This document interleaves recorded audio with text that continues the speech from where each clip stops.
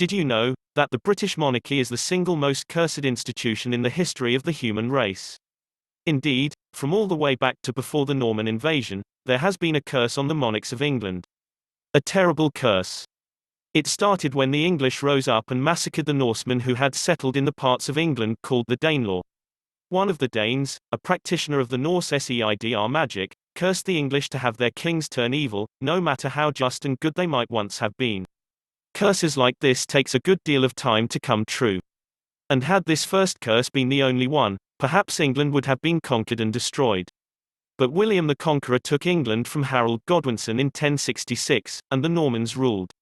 Enraged by the tyranny of the Normans, the English sought out a powerful woman, remembered faintly in modern folklore as Black Annis, and had her curse the Norman kings to lose their power and sanity. This interfered with the earlier curse, tangling themselves into a knot of dark magic. This delayed both curses from taking an active effect. But eventually they would both come true once they got untangled. Main problem is that the English kings seemed to get cursed a lot. When Edward I invaded Wales, a few wise Welshmen journeyed to a secret place, where Merlin had been imprisoned. They convinced the aged half-demonic sorcerer to curse the line of Edward I, who thought himself another Arthur.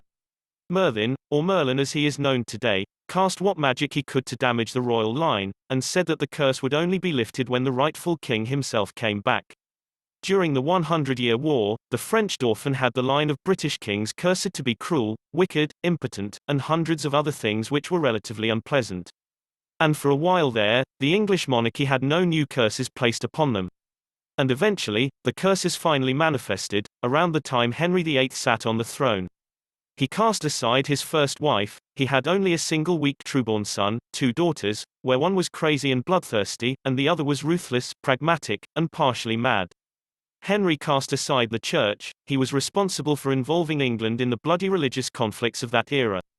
He slept and spread diseases, he drank, he became sick and disgusting. And he killed two of his wives.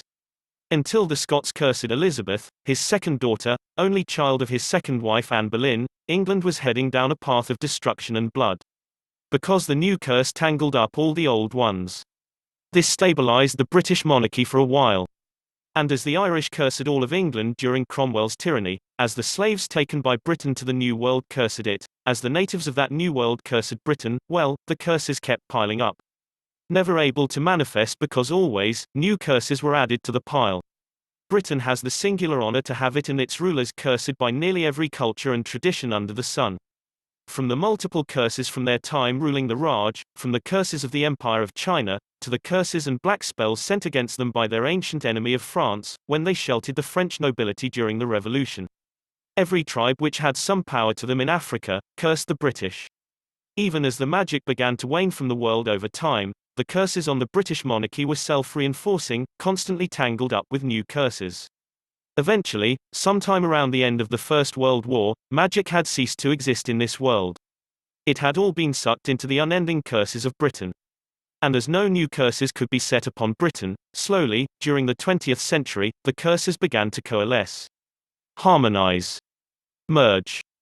When the combined curses of 1,000 years were released, all hell would break loose upon England, and her monarchs were the centerpieces for these curses. A wise woman, Meghan Markle, married the Prince Henry.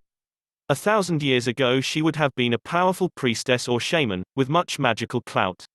During her wedding, she felt the curse as it began to encroach on the monarchy, as it began the earliest tingling of its tendrils into the physical world. Worried about this looming darkness, which even though magic outside of the curses was as good as gone, could be accurately sensed by anyone with latent abilities. She studied in secret, and found the account of a 16th century warlock warning people about the curses on Britain. She knew what had happened the last time, when Henry VIII had been the first and perhaps only monarch to truly feel the curses unleashed on him in full. And that was only a small handful of curses. Britain and her monarchy had been cursed by far more since then. If the bloody reign of Queen Mary, of Henry VIII, and poor sickly King Edward, were any indication, then what would happen to her once the curse was unleashed would be 1,000 times worse. So she convinced her husband to abandon the royal family, to be cut him free of the curse by abandoning the royalty, and the curse which would manifest through it. For the first curse was bound to the monarchy, and now all the curses were. When the curse is unleashed, England shall be destroyed in a tide of blood. Yet Meghan Markle, wise and cunning, will be able to ride out the storm. And she has a plan. For she learned that the curse could be lifted when the rightful king returns. When the curse is unleashed, and Britain enters an age of darkness, Harry, born Henry Charles Albert David, her husband, will return and take up the crown as the rightful king of England, lifting the curse once and for all. Hope you enjoy this, in the spirit of it being a story.